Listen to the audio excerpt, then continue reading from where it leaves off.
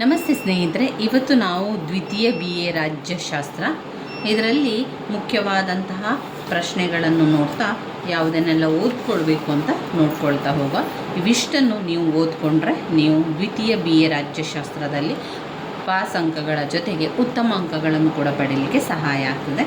2023ರ ಹಳೆಯ ಪ್ರಶ್ನೆ ಪತ್ರಿಕೆಯಲ್ಲಿ 5 ಅಂಕಕ್ಕೆ ಬಂದಿರುವಂತಹ ಪ್ರಶ್ನೆಗಳು ವಿಭಾಗ ಎಯಲ್ಲಿ ಶ್ರೀಮಂತ ಸಭೆಯ ರಚನೆಯನ್ನು ತಿಳಿಸಿ, ಅಮೇರಿಕಾದ ಸಂವಿಧಾನ ಪದ್ಧತಿಯಲ್ಲಿನ ನಿಯಂತ್ರಣ ಮತ್ತು ಸಮತೋಲನದ ಕುರಿತು ಟಿಪ್ಪಣಿ ಬರೆಯಿರಿ, ಸ್ವಿಟ್ಜರ್ಲ್ಯಾಂಡ್ನ ಫೆಡರಲ್ ಕೌನ್ಸಿಲ್ನ ವಿಶಿಷ್ಟ ಲಕ್ಷಣಗಳನ್ನು ತಿಳಿಸಿ, ಫ್ರಾನ್ಸ್ನ ಪಕ್ಷ ಪದ್ಧತಿಯ ಮುಖ್ಯ ಲಕ್ಷಣಗಳನ್ನು ತಿಳಿಸಿ, ಜಪಾನ್ನ ನಾಗರಿಕರ ಕರ್ತವ್ಯಗಳನ್ನು ಪಟ್ಟಿ ಮಾಡಿ, ಚೀನಾದ ಸ್ಟೇಟ್ ಕೌನ್ಸಿಲ್ನ ಪಾತ್ರವನ್ನು ತಿಳಿಸಿ. ವಿಭಾಗ ಬಿಯಲ್ಲಿ 10 ಅಂಕದ ಪ್ರಶ್ನೆಗಳು ಬ್ರಿಟನ್ ಪ್ರಧಾನಮಂತ್ರಿಯ ಪಾತ್ರ ಮತ್ತು ಕಾರ್ಯಗಳನ್ನು ಪರಿಶೀಲಿಸಿ, ಅಮೇರಿಕಾದ ಒತ್ತಡ ಗುಂಪುಗಳ ಕುರಿತು ಒಂದು ಪ್ರಬಂಧ ಬರೆಯಿರಿ, ಫ್ರಾನ್ಸ್ನ 5ನೇ ಗಣರಾಜ್ಯ ಸಂವಿಧಾನದ ಮುಖ್ಯ ಲಕ್ಷಣಗಳನ್ನು ವಿವರಿಸಿ, ಜಪಾನ್ ಚಕ್ರವರ್ತಿಯ ಪಾತ್ರ ಮತ್ತು ಕಾರ್ಯಗಳನ್ನು ವಿಶ್ಲೇಷಿಸಿ, ಚೀನಾದ ಕಮ್ಯುನಿಸ್ಟ್ ಪಾರ್ಟಿಯ ಸಂಘಟನೆ ಮತ್ತು ಪಾತ್ರವನ್ನು ಪರಿಶೀಲಿಸಿ, ಬ್ರಿಟನ್ ಸಂವಿಧಾನದ ಪ್ರಧಾನ ಲಕ್ಷಣಗಳನ್ನು ವಿವರಿಸಿ, ಅಮೇರಿಕಾದ ಅಧ್ಯಕ್ಷರ ಚುನಾವಣೆ, ಅಧಿಕಾರ ಮತ್ತು ಕಾರ್ಯಗಳನ್ನು ವರ್ಣಿಸಿ, ಸ್ವಿಟ್ಜರ್ಲ್ಯಾಂಡ್ನ ನ್ಯಾಯಾಂಗದ ರಚನೆ, ಅಧಿಕಾರ, ಕಾರ್ಯಗಳು, ಮೌಲ್ಯೀಕರಣ. ಇವಿಷ್ಟು 15 ಅಂಕದ ಪ್ರಶ್ನೆಗಳು. ಚೀನಾದ ರಾಷ್ಟ್ರೀಯ ಜನತಾ ಕಾಂಗ್ರೆಸ್ನ ರಚನೆ, ಅಧಿಕಾರ ಮತ್ತು ಕಾರ್ಯಗಳನ್ನು ವಿವರಿಸಿ ಅಂತ ಕೊಟ್ಟಿದ್ದಾರೆ. ಇದು ಹಳೆಯ ಪ್ರಶ್ನೆ ಪತ್ರಿಕೆಯಲ್ಲಿ ಬಂದಿರುವಂತಹ ಪ್ರಶ್ನೆಗಳು. ನಾವು ಕೆಲವೊಂದು ಮುಖ್ಯವಾದ ಪ್ರಶ್ನೆಗಳು ಯಾವುದು ಅಂತ ನೋಡ್ತಾ ಹೋಗುವ. ನೀವು ಮೊದಲಿಗೆ ಆಯ್ಕೆ ಮಾಡಬೇಕಾದ್ರೆ ಬ್ಲಾಕ್ 1, 2, 3, 4 ಬ್ಲಾಕಿನಿಂದ ಪ್ರಶ್ನೆಗಳನ್ನು ಆಯ್ಕೆ ಮಾಡಿಕೊಂಡು ಓದ್ಕೊಳ್ಬೇಕು. ಯಾಕಂದರೆ ಅವರು 4 ಬ್ಲಾಕಿನಿಂದ ಪ್ರಶ್ನೆಗಳನ್ನು ಕೊಡ್ತಾರೆ. ಮೊದಲಿಗೆ ನಾವು ಬ್ಲಾಕ್ 1ರಿಂದ 15 ಅಂಕದ ಪ್ರಶ್ನೆಗಳನ್ನು ಓದ್ಕೊಳ್ಳೋಣ. ಬ್ಲಾಕ್ 1ರಲ್ಲಿ ಯಾವುದು ವೆರಿ ಇಂಪಾರ್ಟೆಂಟ್ ಆಗಿರುವಂಥ 15 ಅಂಕದ ಪ್ರಶ್ನೆ ಅಂತ ನೋಡಿದರೆ, ಇಲ್ಲಿ 1 ಅಮೇರಿಕಾ ಸಂವಿಧಾನದ ಲಕ್ಷಣಗಳು, ಅಮೇರಿಕಾ ಸಂವಿಧಾನದ ಲಕ್ಷಣಗಳು, ಬ್ರಿಟನ್ ಸಂವಿಧಾನದ ಲಕ್ಷಣಗಳು. ಮೊದಲಿಗೆ ನಾವು 15 ಅಂಕದ ಪ್ರಶ್ನೆ 2 ಓದ್ಕೊಳ್ಳೋಣ. ನಿಮಗೆ ಎಲ್ಲವನ್ನು ಕೂಡ ಜೊತೆಯಾಗಿ ಓದಲಿಕ್ಕೆ ನಮಗೆ ಕಷ್ಟ ಆಗ್ತದಲ್ವ, ಆವಾಗ ನಾವು 2 ಆಯ್ಕೆ ಮಾಡಿಕೊಂಡು ಓದ್ಕೊಳ್ಬೇಕು. ಬ್ಲಾಕ್ 1ರಿಂದ ಈಗ ನೀವು 15 ಅಂಕದ ಪ್ರಶ್ನೆಗೆ ಓದ್ಕೊಳ್ಳುವಂಥದ್ದು. ಬ್ರಿಟನ್ ಸಂವಿಧಾನದ ಲಕ್ಷಣಗಳನ್ನು 15 ಅಂಕಕ್ಕೆ ಓದ್ಕೊಳ್ಳೋಣ. ಎಲ್ಲಿದೆ? ಘಟಕ 1ರಲ್ಲಿದೆ ನೋಡಿ. ಬ್ರಿಟನ್ ಸಂವಿಧಾನದ ಲಕ್ಷಣಗಳನ್ನು ನಾವು 15 ಅಂಕ ಅಂತ ಹೇಳಿ ಯೋಚನೆ ಮಾಡಿಕೊಂಡು ಓದ್ಕೊಳ್ಳುವಂಥದ್ದಿಲ್ಲಿ. ಒಂದು ವೇಳೆ ಅದು 15 ಅಂಕದ ಪ್ರಶ್ನೆ 10 ಅಂಕಕ್ಕೂ ಕೂಡ ಕೇಳ್ತಾರೆ, ಕೆಲವೊಮ್ಮೆ 5 ಅಂಕಕ್ಕೂ ಕೂಡ ಕೇಳ್ತಾರೆ. ಆದ್ದರಿಂದ ಈ ಎಲ್ಲ ಪ್ರಶ್ನೆಗಳು ಇಷ್ಟೇ ಅಂಕಕ್ಕೆ ಬರ್ತದೆ ಅಥವಾ ಬದಲಾವಣೆಗಳು ಆ ಒಂದು ಅಂಕಗಳಲ್ಲಿ ಬದಲಾವಣೆಗಳನ್ನು ಮಾಡ್ತಾರೆ. ಆದರೆ ಪ್ರಶ್ನೆಗಳು ಅದೇ ಇರುವಂಥದ್ದು. ಸಂವಿಧಾನದ ಪ್ರಧಾನ ಲಕ್ಷಣಗಳಲ್ಲಿ ಒಟ್ಟು ಎಷ್ಟು ಪಾಯಿಂಟ್ಸ್ಗಳಿದೆ? ಒಟ್ಟು 11 ಪಾಯಿಂಟ್ಸ್ಗಳಿದೆ. ಈ 11 ಪಾಯಿಂಟ್ಸ್ಗಳನ್ನು ನೀವು ಬಾಯ್ಪಾಠ ಮಾಡಿ ಆದರೂ ಕಲಿಬೇಕು ಸ್ನೇಹಿತರೆ. ಯಾಕಂದರೆ ನಮಗೆ ಪಾಯಿಂಟ್ಸ್ಗಳು ಗೊತ್ತಿದ್ದರೆ ನಂತರ ವಿವರಣೆಯನ್ನು ಬರೀಲಿಕ್ಕೆ ನಮಗೆ ಸಹಾಯ ಆಗ್ತದೆ. ಸಂವಿಧಾನದ ಲಕ್ಷಣಗಳ ಪಾಯಿಂಟ್ಸ್ಗಳನ್ನು ನಿಮಗೆ ನಾನು ಮೊದಲು ಹೇಳ್ತಾ ಹೋಗ್ತೇನೆ, ನಂತರ ಸ್ವಲ್ಪ ವಿವರಣೆಯನ್ನು ಕೊಡ್ತೇನೆ. 1, ಅಲಿಖಿತ ಅಥವಾ ಬರೆದಿಡದ ಸಂವಿಧಾನ. ಈಗ ಭಾರತ ಸಂವಿಧಾನದ ಲಕ್ಷಣಗಳು ನಮಗೆ ಸರಿ ಗೊತ್ತಿದೆ. ಯಾಕಂದರೆ ನಾವು ಪ್ರಥಮ BAಯಲ್ಲಿರಬೇಕಾದ್ರೆ ಸಂವಿಧಾನದ ಪಾಠದಲ್ಲಿ ನಾವು ಸಂವಿಧಾನದ ಲಕ್ಷಣಗಳನ್ನು ಓದ್ಕೊಂಡಿದ್ದೇವೆ. ಅದಾದ ನಂತರ ನಾವು ನೋಡೋದಾದರೆ ರಾಜ್ಯಶಾಸ್ತ್ರದಲ್ಲಿ ಪ್ರಥಮ ವರ್ಷ, ದ್ವಿತೀಯ ವರ್ಷ, ತೃತೀಯ ವರ್ಷಕ್ಕೂ ಕೂಡ ಸಂವಿಧಾನದ ಲಕ್ಷಣಗಳಿರ್ತದೆ. ಅದು ಭಾರತದ ಸಂವಿಧಾನ ಲಕ್ಷಣ. ಇಲ್ಲಿ ಅದು ಬ್ರಿಟನ್ನ ಸಂವಿಧಾನ ಲಕ್ಷಣವನ್ನು ಕೇಳಿರುವಂಥದ್ದು. ನಮ್ಮ ಸಂವಿಧಾನ ಅಂದರೆ ಭಾರತದ ಸಂವಿಧಾನ ಯಾವಾಗಲೂ ಬರೆದು ಇಡುವಂತಹ ಸಂವಿಧಾನ. ಅಂದರೆ ಅದು ಲಿಖಿತ ರೂಪದಲ್ಲಿರ್ತದೆ, ಬರವಣಿಗೆ ರೂಪದಲ್ಲಿರ್ತದೆ. ಆದರೆ ಬ್ರಿಟನ್ ನೋಡಿ, ಬ್ರಿಟನ್ ಸಂವಿಧಾನ ಅಲಿಖಿತ ಅಥವಾ ಬರೆದಿಡದ ಸಂವಿಧಾನ ಅಂತ ಇದೆ. ಅಲಿಖಿತ ಅಂದರೆ ಬರೀಲಿಕ್ಕಿಲ್ಲ, ಅದು ಯಾವ ಮೊದಲಿನಲ್ಲೂ ಕೂಡ ಅದು ಬಾಯಿ ಮಾತಿನ ಮುಖಾಂತರ ಹೇಳುವಂಥದ್ದು. ಸಂಪ್ರದಾಯ, ರೀತಿ, ನೀತಿ, ರೂಢಿ, ಒಪ್ಪಂದ, ಒಡಂಬಡಿಕೆ ಮೊದಲಾದವುಗಳ ಆಧಾರದ ಮೇಲೆ ತಲತಲಾಂತರದಿಂದ ಅದೇ ರೀತಿಯಲ್ಲಿ ಬೆಳವಣಿಗೆ ಹೊಂದುತ್ತಾ ಬಂದಿರುವಂಥದ್ದು. ಅದು ಬ್ರಿಟನ್ ಸಂವಿಧಾನದ ಲಕ್ಷಣಗಳಲ್ಲಿ ಮೊದಲನೆಯ ಲಕ್ಷಣ ಅಲಿಖಿತ ಅಥವಾ ಬರೆದಿಡದ ಸಂವಿಧಾನ. 2, ನಮ್ಯ ಸಂವಿಧಾನ. 3, ಸಂಸತ್ತಿನ ಪರಮಾಧಿಕಾರ. 4, ಸಂವಿಧಾನ ಸಿದ್ಧಾಂತ ಹಾಗೂ ಕಾರ್ಯಾಚರಣೆಯಲ್ಲಿ ವಿಭಿನ್ನತೆ. ಸಂವಿಧಾನದ ಸಿದ್ಧಾಂತ ಮತ್ತು ಕಾರ್ಯಾಚರಣೆಯಲ್ಲಿ ವಿಭಿನ್ನತೆ. 5, ಏಕಾತ್ಮಕ ಮಾದರಿಯ ಸರಕಾರ. ಸಂಸದೀಯ ಕಾರ್ಯಾಂಗ ವ್ಯವಸ್ಥೆ. 7, ಕಾನೂನಿನ ಅಧಿಪತ್ಯ. 8, ದ್ವಿಪಕ್ಷ ಪದ್ಧತಿ. ದ್ವಿಪಕ್ಷ ಪದ್ಧತಿ. 9 ಅಧಿಕಾರ ಪ್ರತ್ಯೇಕತೆಯ ತತ್ವ. 10 ಮೂಲಭೂತ ಹಕ್ಕುಗಳು. 11 ತಾಳ್ಮೆ ಮತ್ತು ಸಹಿಷ್ಣುತೆಯ ಲಕ್ಷಣಗಳು. ಇವಿಷ್ಟು ಪಾಯಿಂಟ್ಸ್ಗಳು ಬ್ರಿಟನ್ ಸಂವಿಧಾನದ ಲಕ್ಷಣಗಳಲ್ಲಿ ನಾವು ಬರಿಬೇಕಾಗಿರುವಂಥದ್ದು. ಮೊದಲನೆಯ ಪಾಯಿಂಟ್, ಅಲಿಖಿತ ಅಥವಾ ಬರೆದಿಡದ ಸಂವಿಧಾನ. ಬ್ರಿಟನ್ ಸಂವಿಧಾನವು ಕೂಡ ಕೆಲವೊಂದು ಪಾಯಿಂಟ್ಸ್ಗಳನ್ನು ನಾವು ನೋಡಿದರೆ ಭಾರತದ ಸಂವಿಧಾನದ ರೀತಿಯಲ್ಲಿ ಇದೆ. ಆದರೆ ಈ ಸಂವಿಧಾನವು ಅಲಿಖಿತವಾಗಿದೆ, ಬರೆದಿಡಲಿಕ್ಕಿಲ್ಲ. ಅದು ಯಾವ ರೀತಿ ಅಂತ ಹೇಳಿದರೆ, ಶತಶತಮಾನಾಂತರಗಳಿಂದಲೂ ಕೂಡ ಅದೇ ರೀತಿಯ ಒಂದು ಸಂಪ್ರದಾಯ, ರೀತಿ, ನೀತಿ, ರೂಢಿ, ಒಪ್ಪಂದ, ಒಡಂಬಡಿಕೆಗಳು ಮೊದಲಿನಿಂದಲೂ ಅದೇ ರೀತಿಯಾಗಿ ಬಂದಿರುವಂಥದ್ದು. ಆದ್ದರಿಂದ ಬ್ರಿಟನ್ ಸಂವಿಧಾನ ಯಾವತ್ತೂ ಕೂಡ ಅಲ್ಲಿ ಬರೀಲಿಕ್ಕಿಲ್ಲ, ಅಲ್ಲಿ ಬರವಣಿಗೆ ಲಿಖಿತ ರೂಪದಲ್ಲಿ ಅದು ಇರುವುದಿಲ್ಲ.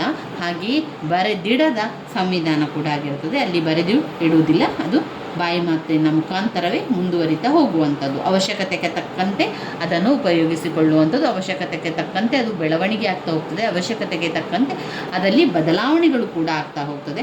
ಅದು ಬರವಣಿಗೆ ರೀತಿಯಲ್ಲಿ ಇಲ್ಲ ಅಂತ ಅಂದ ಮಾತ್ರಕ್ಕೆ ಅದು ಸಂಪೂರ್ಣವಾಗಿ ಹೋಯಿತು ಅಂತಲ್ಲ, ಅದು ಯಾವಾಗಲೂ ಅಲಿಖಿತವಾಗಿರ್ತದೆ, ಬರೆದಿಡದ ಸಂವಿಧಾನ ಅಂಶಗಳನ್ನು ಹೊಂದಿರುವಂಥದ್ದು.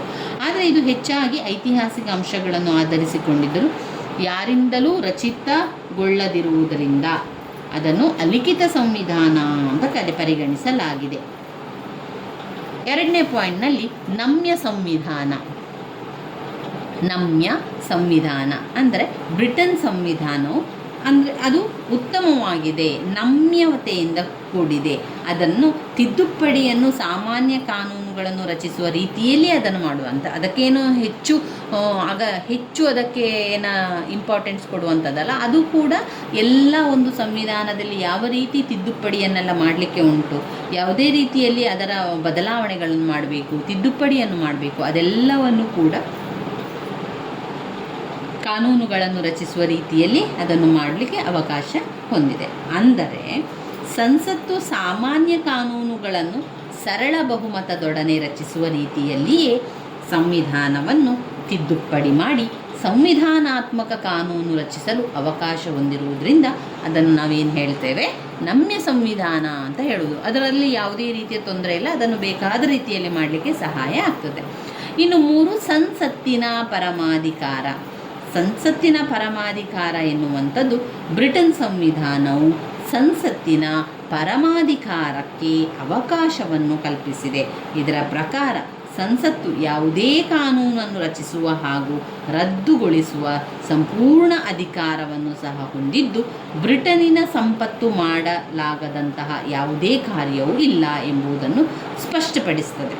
ಅಂದರೆ ಇಲ್ಲಿ ಸಂಸತ್ತಿನ ಪರಮಾಧಿಕಾರಕ್ಕೆ ಅದು ಅವಕಾಶವನ್ನು ಕೊಡ್ತಾ ಇದೆ. ಅದರ ಪ್ರಕಾರ ಏನು, ಬೇರೆ ಯಾವುದೇ ರೀತಿಯ ಒಂದು ಕಾನೂನನ್ನು ರಚಿಸಬೇಕು ಅಥವಾ ಆ ಕಾನೂನನ್ನು ರದ್ದುಗೊಳಿಸುವಂತಹ ಒಂದು ಸಂಪೂರ್ಣ ಅಧಿಕಾರವನ್ನು ಸಹ ಹೊಂದಿದ್ದು, ಬ್ರಿಟನ್ನಿನ ಸಂಪತ್ತು ಮಾಡಲಾಗದಂತಹ ಯಾವುದೇ ಕಾರ್ಯವೂ ಇಲ್ಲ ಎಂಬುದು ಸ್ಪಷ್ಟಪಡಿಸಲಾಗಿದೆ. ಇದಕ್ಕೆ ಮುಖ್ಯ ಕಾರಣ ಅಂದರೆ ಏನು, ಬ್ರಿಟನ್ನಲ್ಲಿ ಸಂವಿಧಾನವು ಅಲಿಖಿತವಾಗಿ ಸಂವಿಧಾನವಿರುವುದರ ಜೊತೆಗೆ ಸರಕಾರದ ಯಾವುದೇ ಅಂಗಕ್ಕೆ ಅಧಿಕಾರ ನೀಡದಿರುವ ಕಾರಣದಿಂದಾಗಿ ಸಂಪೂರ್ಣ ಸಾರ್ವಭೌಮ ಅಧಿಕಾರವನ್ನು ಸಂಸತ್ತಿಗೆ ನೀಡಲಾಗಿದೆ. ಈ ಕಾರಣದಿಂದಾಗಿ ಸಂಸತ್ತಿನ ಅಧಿಕಾರವನ್ನು ನಿಯಂತ್ರಿಸುವ ಯಾವುದೇ ಒಂದು ಶಕ್ತಿ ಬ್ರಿಟನ್ನಲ್ಲಿ ಇರುವುದಿಲ್ಲ. ಹಾಗೂ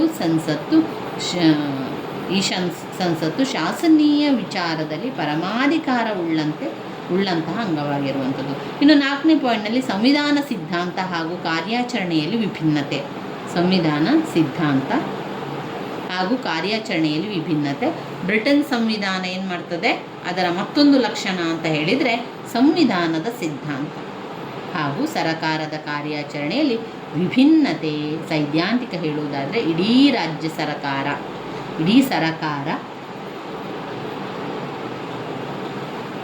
ಸರಕಾರ ರಾಜ ಮತ್ತು ಆತನ ಸಿಂಹಾಸನಾಧಿಕಾರದ ನಿಯಂತ್ರಣಕ್ಕೆ ಒಳಪಡ್ತದೆ. ಸರಕಾರದ ಎಲ್ಲ ಅಧಿಕಾರ ವರ್ಗ ರಾಜನ ಕೈ ಕೆಳಗೆ ಕಾರ್ಯನಿರ್ವಹಿಸುತ್ತದೆ. ಇನ್ನು 5ನೇ ಪಾಯಿಂಟ್ನಲ್ಲಿ ಏಕಾತ್ಮಕ ಮಾದರಿಯ ಸರಕಾರ ಅಂತ ಹೇಳಿದ ಕೂಡಲೇ ಅದು ಸಂಯುಕ್ತಾತ್ಮಕ ಮಾದರಿಯ ಸರಕಾರದಲ್ಲಿ 2 ಸರಕಾರಗಳನ್ನು ನಾವು ಕಾಣಬಹುದು. ಒಂದು ಕೇಂದ್ರ ಸರ್ಕಾರ, ಮತ್ತೊಂದು ರಾಜ್ಯ ಸರ್ಕಾರ. ಅಧಿಕಾರ ಸಂಪೂರ್ಣವಾಗಿ ವಿಭಜಿಸಲ್ಪಟ್ಟಿದೆ. ರಾಜ್ಯಗಳು ಮತ್ತು ಕೇಂದ್ರ ಸರ್ಕಾರ ತನ್ನದೇ ಆದ ಸ್ವತಂತ್ರ ಸಂವಿಧಾನವನ್ನು ಹೊಂದಿರ್ತದೆ. ಹಾಗೆಯೇ ದ್ವಿಪೌರತ್ವವನ್ನು ಕೂಡ, ರಾಜ್ಯದ ಪೌರ ಮತ್ತು ರಾಷ್ಟ್ರದ ಪೌರ ಎಂದು ರೀತಿಯ ಪೌರತ್ವವನ್ನು ಹೊಂದಿದೆ. ಹಾಗೂ ಇನ್ನೂ ಅನೇಕ ಲಕ್ಷಣಗಳನ್ನು ಸಂಯುಕ್ತ ಸರ್ಕಾರ ಹೊಂದಿರುವಂಥದ್ದನ್ನು ಕಾಣ್ಬೋದು. ಇದು ಏಕಾತ್ಮಕ ಮಾದರಿಯ ಸರ್ಕಾರಗಳಲ್ಲಿ. ಇನ್ನು 6ನೇ ಪಾಯಿಂಟ್, ಸಂಸದೀಯ ಕಾರ್ಯಾಂಗ ವ್ಯವಸ್ಥೆ. ಸಂಸದೀಯ ಕಾರ್ಯಾಂಗ ವ್ಯವಸ್ಥೆಯಲ್ಲಿ ಸಂಸದೀಯ ಸರ್ಕಾರದ ವ್ಯವಸ್ಥೆಗೆ ಅವಕಾಶ ಕಲ್ಪಿಸಿದ್ದು. ಅದರಲ್ಲಿ ರಾಜನು ಮುಖ್ಯಸ್ಥನಾಗಿದ್ದರೂ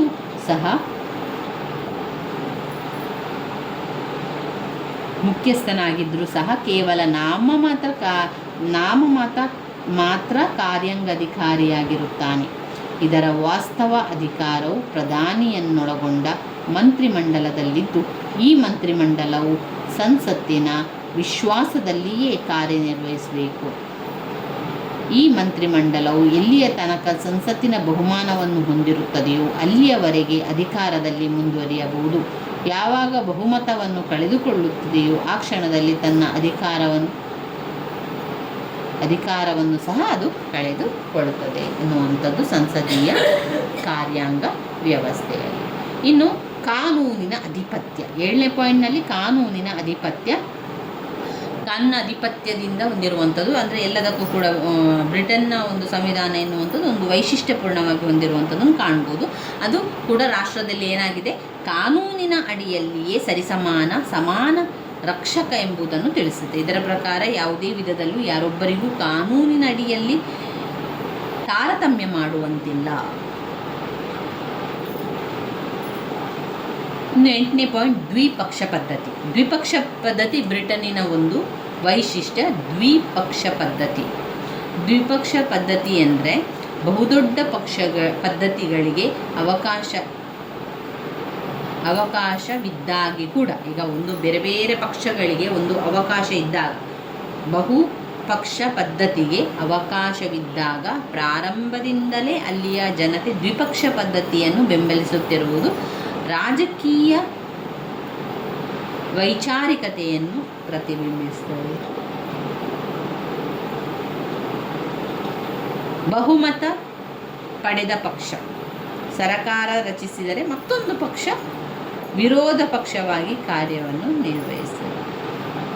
ಇನ್ನು ಅಧಿಕಾರ ಪ್ರತ್ಯೇಕತೆಯ ತತ್ವ. 9ನೇದು ಅಧಿಕಾರ ಪ್ರತ್ಯೇಕತೆಯ ತತ್ವ. ಅಧಿಕಾರದ ದುರುಪಯೋಗ ತಡೆಗಟ್ಟಲಿಕ್ಕಾಗಿ ಮಾಂಟೆಸ್ಕೋ ಪ್ರತಿಪಾದಿಸಿದ ಅಧಿಕಾರ ವಿಭಜನಾ ತತ್ವಗಳು ಇಂಗ್ಲೆಂಡ್ನಲ್ಲಿ ಕಾಣಲಾಗುವುದಿಲ್ಲ.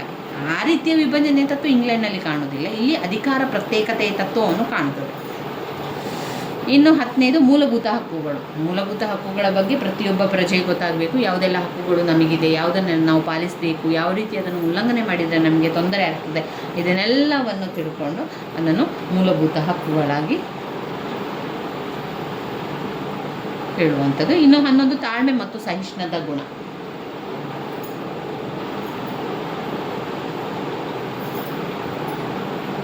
ಇಲ್ಲಿ ತಾಳ್ಮೆ ಮತ್ತು ಸಹಿಷ್ಣುತೆ ಗುಣ ಎನ್ನುವಂಥದ್ದು ರಾಜಪ್ರಭುತ್ವಕ್ಕೆ ಅಥವಾ ಪ್ರಜಾಪ್ರಭುತ್ವವನ್ನು ತಾಳ್ಮೆ ಹಾಗೂ ಶಾಂತಿಯುತವಾಗಿ ಅಸ್ತಿತ್ವದಲ್ಲಿ ತರಲಾಗಿದೆಯೇ ವಿನಃ ಕ್ರಾಂತಿಯ ಮೂಲಕವಲ್ಲ ಎನ್ನುವಂಥದ್ದನ್ನು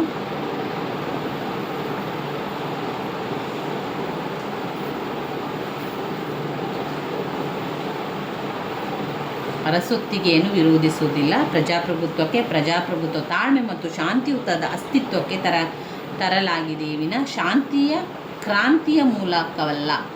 ಪ್ರಜಾಪ್ರಭುತ್ವ ಅಸ್ತಿತ್ವದಲ್ಲಿದ್ದರೂ ಅಲ್ಲಿನ ಜನತೆ ಅರಸೊತ್ತಿಗೆಯನ್ನು ವಿರೋಧಿಸುವುದಿಲ್ಲ.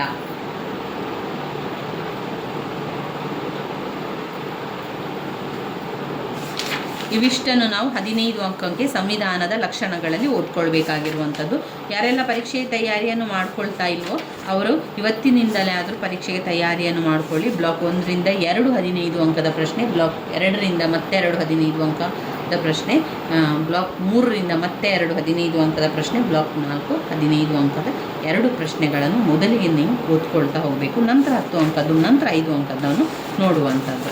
ಇಲ್ಲಿ ಇದಾದ ಮೇಲೆ ಬ್ರಿಟನ್ನ ಸಂವಿಧಾನ ಲಕ್ಷಣಗಳಲ್ಲಾಯಿತು. ಇನ್ನು ಬರುವಂಥದ್ದು ಬ್ರಿಟನ್ನಿನ ಅಧಿಕಾರ ಮತ್ತು ಕಾರ್ಯಗಳು. ಇದು 15 ಅಂಕಕ್ಕಲ್ಲ, ನಾನು ಹೇಳಿರುವಂತೆ 15 ಅಂಕದ ಪ್ರಶ್ನೆಗಳನ್ನಷ್ಟೇ ನೋಡ್ಕೊಳ್ಳುವ. ಇದರಲ್ಲಿ ಅಮೇರಿಕಾದ ಪ್ರಧಾನ ಲಕ್ಷಣಗಳನ್ನು ನೋಡ್ಕೊಳ್ಳುವ. ಪುಟ ಸಂಖ್ಯೆ 51.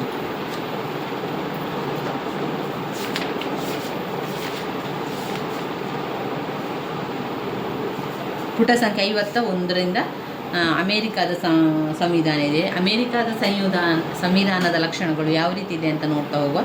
ಒಂದು ಲಿಖಿತ ಸಂವಿಧಾನ ಅಂದರೆ ಬರವಣಿಗೆ ರೂಪದಲ್ಲಿರ್ತದೆ ಅಂತ. ಈಗ ಬ್ರಿಟನ್ ಸಂವಿಧಾನ ಅಲಿಖಿತ ಅಥವಾ ಬರೆದಿಡದ ಸಂವಿಧಾನ ಅಂತ ಇತ್ತು. ಆದರೆ ಇಲ್ಲಿ ನಾವು ಅಂದರೆ ಅಮೇರಿಕ ಸಂವಿಧಾನದ ಲಕ್ಷಣಗಳಲ್ಲಿ ನಾವು ನೋಡಿದರೆ ಅಮೇರಿಕ ಸಂವಿಧಾನದಲ್ಲಿ ಇಲ್ಲಿ ಬರವಣಿಗೆ ರೂಪದಲ್ಲಿ ಇರ್ತದೆ. ಇದನ್ನು ಬರವಣಿಗೆ ರೂಪದಲ್ಲಿ ಬರೆದಿದ್ದಾರೆ, ಲಿಖಿತ ರೂಪದಲ್ಲಿರುವಂತಹ ಸಂವಿಧಾನ ಆಗಿರುವಂಥದ್ದು. ಇನ್ನು ಕಠಿಣ ಸಂವಿಧಾನ, ಅಮೇರಿಕ ಸಂವಿಧಾನ ಸ್ವಲ್ಪ ಕಠಿಣತೆಯನ್ನು ಹೊಂದಿದೆ ಎನ್ನುವಂಥದ್ದು ಸಂವಿಧಾನದ ಮತ್ತೊಂದು ಪ್ರಧಾನ ಲಕ್ಷಣ ಅಂತ ಹೇಳಿದರೆ ತಿದ್ದುಪಡಿ ಮಾಡುವ ವಿಧಾನ ತುಂಬ ಕಠಿಣವಾಗಿರುವುದು. ಈ ಕಠಿಣ ಸಂವಿಧಾನವನ್ನು ಅನಮ್ಯ ಸಂವಿಧಾನ ಎಂದು ಕರೆಯುತ್ತಾರೆ. ಜಗತ್ತಿನ ಎಲ್ಲ ಸಂವಿಧಾನಗಳಲ್ಲಿ ಅಮೇರಿಕಾ ಸಂವಿಧಾನವು ಅತ್ಯಂತ ಕಠಿಣ ಸಂವಿಧಾನ ವಿಧಾನವಾಗಿದೆ. ಸಂವಿಧಾನದ 5ನೇ ವಿಧಿಯಲ್ಲಿ ತಿಳಿಸಿರುವಂತೆ ಕಾಂಗ್ರೆಸ್ನ 3ನೇ 2 ಭಾಗದ ಸಂವಿಧಾನಕ್ಕೆ ತಿದ್ದುಪಡಿ ತರುವ ಸಲುವಾಗಿ ತಿದ್ದುಪಡಿ ಪ್ರಸ್ತಾವವನ್ನು ಅಂಗೀಕರಿಸಬಹುದು. ಕಠಿಣ ಸಂವಿಧಾನ, ಲಿಖಿತ ಸಂವಿಧಾನ, ಕಠಿಣ ಸಂವಿಧಾನ. ಆಮೇಲೆ ಗಣರಾಜ್ಯ, ಅಮೇರಿಕಾ ಸಂವಿಧಾನದ ಲಕ್ಷಣಗಳು. ಗಣರಾಜ್ಯ, ಜನತಾ ಸಾರ್ವಭೌಮತ್ವ, ಹಕ್ಕುಗಳ ಪಟ್ಟಿ. ಜನತಾ ಸಾರ್ವಭೌಮತ್ವ, ಹಕ್ಕುಗಳ ಪಟ್ಟಿ. ಒಕ್ಕೂಟ, ಅಧ್ಯಕ್ಷೀಯ ಮಾದರಿಯ ಸರಕಾರ, ಕ್ಯಾಬಿನೆಟ್, ಅಧ್ಯಕ್ಷೀಯ ಮಾದರಿಯ ಸರಕಾರ, ಕ್ಯಾಬಿನೆಟ್. ದ್ವಿಪೌರತ್ವ, ದ್ವಿಸದನ ತತ್ವ. ನ್ಯಾಯಾಂಗ ಪುನರ್ವಿಮರ್ಶೆ. ಅಧಿಕಾರ ಪ್ರತ್ಯೇಕತಾ ಸಿದ್ಧಾಂತ ಮತ್ತು ತಡೆ ಮತ್ತು ಸಮತೋಲನ. ಅಧಿಕಾರ ಪ್ರತ್ಯೇಕತಾ ಸಿದ್ಧಾಂತ ಮತ್ತು ತಡೆ ಮತ್ತು ಸಮತೋಲನ. ಇಲ್ಲಿ 13 ಪಾಯಿಂಟ್ಸ್ ಇದೆ. ಸಂವಿಧಾನದ ಶ್ರೇಷ್ಠತೆ ಒಟ್ಟು ನಮಗೆ 13 ಪಾಯಿಂಟ್ಸ್ಗಳು ಸಿಗ್ತದೆ. ಅಮೇರಿಕಾದ ಸಂವಿಧಾನದ ಲಕ್ಷಣಗಳು. ಈಗ ನಾವು 2 ಸಂವಿಧಾನವನ್ನು ತಿಳ್ಕೊಂಡೆವು.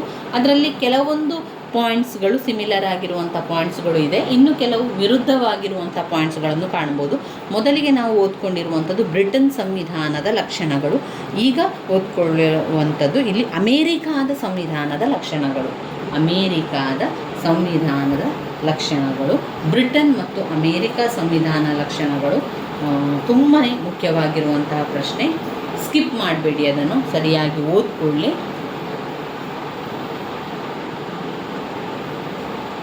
ಲಿಖಿತ ಸಂವಿಧಾನ, ಕಠಿಣ ಸಂವಿಧಾನ, ಗಣರಾಜ್ಯ. ಇದನ್ನು ವಿವರಿಸ್ತಾ ಹೋದರೆ ನಮಗೆ ತುಂಬಾ ಸಮಯ ಬೇಕಾಗ್ತದೆ. ಸಮಯದ ಅಭಾವ ಇರೋದ್ರಿಂದ ಆದಷ್ಟು ಪಾಯಿಂಟ್ಸ್ಗಳನ್ನಷ್ಟೇ ಹೇಳ್ತಾ ಹೋಗ್ತೇನೆ. ಸ್ವಲ್ಪ ಅರ್ಥವಾಗುವ ಪಾಯಿಂಟ್ಸ್ಗಳನ್ನು ವಿವರಿಸ್ತೇನೆ. ಗಣರಾಜ್ಯ ಎನ್ನುವಂಥದ್ದು ನಮ್ಮ ಅಮೇರಿಕಾದಲ್ಲಿ ಇಲ್ಲಿ ಅಮೇರಿಕಾದ ಅಧ್ಯಕ್ಷರು ಚುನಾಯಿತರಾದ ತಮ್ಮ ಸ್ಥಾನಕ್ಕೆ ಬರ್ತಾರೆ. ಆದ್ದರಿಂದ ಅಮೇರಿಕ ಒಂದು ಗಣರಾಜ್ಯ ಅಂತ ಕರೀತೇವೆ. ಯಾವ ದೇಶದ ಮುಖ್ಯಸ್ಥರು ಚುನಾವಣೆಯ ಮೂಲಕ ಅಧಿಕಾರಕ್ಕೆ ಬರುತ್ತಾನೆಯೋ ಆ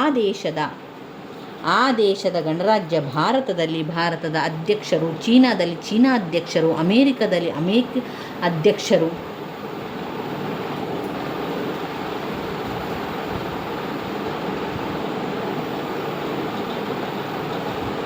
ಅಮೇರಿಕದ ಅಧ್ಯಕ್ಷ ಮುಖ್ಯಸ್ಥರುಗಳಾಗಿದ್ದು ಚುನಾವಣೆಯ ಮೂಲಕ ಅಧಿಕಾರಕ್ಕೆ ಏರುವುದರಿಂದ ಈ ದೇಶ ಗಣರಾಜ್ಯ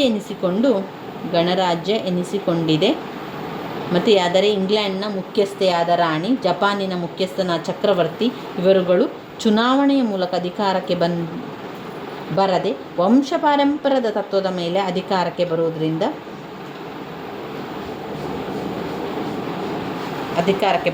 ದೇಶಗಳು ಗಣರಾಜ್ಯಗಳಲ್ಲ. ಅಮೇರಿಕದ ಅಧ್ಯಕ್ಷರು ಚುನಾಯಿತರಾಗಿ ತಮ್ಮ ಸ್ಥಾನಕ್ಕೆ ಬರುತ್ತಾರೆ. ಆದುದರಿಂದ ಅಮೇರಿಕ ಒಂದು ಗಣರಾಜ್ಯ. ಇನ್ನು 4ನೇ ಪಾಯಿಂಟ್, ಜನತಾ ಸಾರ್ವಭೌಮತೆ.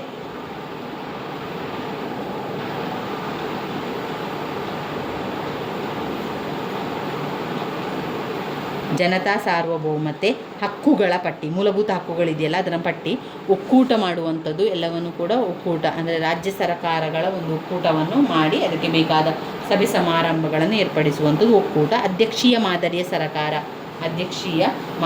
ಸರಕಾರ, ಕ್ಯಾಬಿನೆಟ್ 14 ಜನ ಕಾರ್ಯದರ್ಶಿಗಳು ಕ್ಯಾಬಿನೆಟ್ನಲ್ಲಿ ಇರುವಂಥವರು. ಅಮೇರಿಕ ಅಧ್ಯಕ್ಷರಾಗಿ ಅವರ ಆಡಳಿತ ಕಾರ್ಯದಲ್ಲಿ ಸಹಾಯ ಮಾಡಲು 14 ಜನ ಕಾರ್ಯದರ್ಶಿಯರು ಇರ್ತಾರೆ. ಆ 14 ಜನ ಕಾರ್ಯದರ್ಶಿಯ ಮೂಲಕ ಕೆಲಸಗಳನ್ನು ಮಾಡುವಂಥದ್ದು. ಇನ್ನು ದ್ವಿಪೌರತ್ವ ಎರಡೂ ಕಡೆಯ ಪೌರತ್ವ ಕೂಡ ಸಿಗ್ತದೆ. ದ್ವಿಪೌರತ್ವ ಅಂದರೆ ಅಮೇರಿಕಾದ ಪ್ರತಿಯೊಬ್ಬ ಪೌರನು ತಾನು ವಾಸಿಸುತ್ತಿರುವ ರಾಜ್ಯದ ಪೌರರ ಮತ್ತು ಅಮೇರಿಕಾದ ಪೌರನಾಗಿರುತ್ತಾನೆ ಅಂತ ಅರ್ಥ. ಉದಾಹರಣೆಗೆ ವಾಷಿಂಗ್ಟನ್ ರಾಜ್ಯದಲ್ಲಿ ವಾಸಿಸುತ್ತಿರುವ ಪೌರನೊಬ್ಬ ಅಮೇರಿಕದ ಪೌರ ಮಾತ್ರನಾಗಿದ್ದರೆ ವಾಷಿಂಗ್ಟನ್ ಪೌರನೂ ಆಗಿರುತ್ತಾನೆ.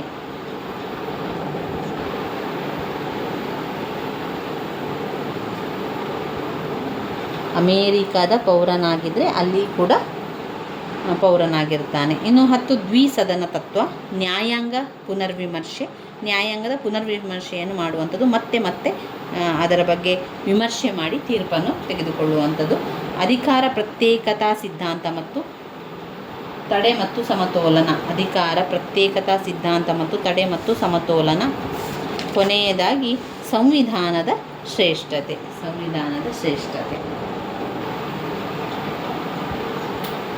ಇವಿಷ್ಟು ನೀವು ಇದೆರಡು 15 ಅಂಕದ ಪ್ರಶ್ನೆಗಳನ್ನು ನಾವು ನೋಡಿಕೊಳ್ಬೇಕಾಗಿರುವಂಥದ್ದು. ಒಂದು ಬ್ರಿಟನ್ ಸಂವಿಧಾನದ ಲಕ್ಷಣಗಳು, ಮತ್ತೊಂದು ಅಮೇರಿಕಾದ ಸಂವಿಧಾನದ ಲಕ್ಷಣಗಳು. ಇದೆರಡು ನೀವು ಬ್ಲಾಕ್ 1ರಲ್ಲಿ ಓದಬೇಕಾಗಿರುವಂಥ 15 ಅಂಕದ ಪ್ರಶ್ನೆಗಳು. ಸ್ಕಿಪ್ ಮಾಡಬೇಡಿ, ಇದನ್ನು ಓದ್ಕೊಳ್ಳಿ ಸ್ನೇಹಿತರೆ. ನನ್ನ ವೀಡಿಯೋಸ್ ಎಲ್ಲ ನಿಮಗೆ ಇಷ್ಟ ಆಗಿದ್ದರೆ ಲೈಕ್ ಕೊಡಿ, ಶೇರ್ ಮಾಡಿ, ಸಬ್ಸ್ಕ್ರೈಬ್ ಮಾಡಲಿಕ್ಕೆ ಮರಿಬೇಡಿ. ಧನ್ಯವಾದಗಳು.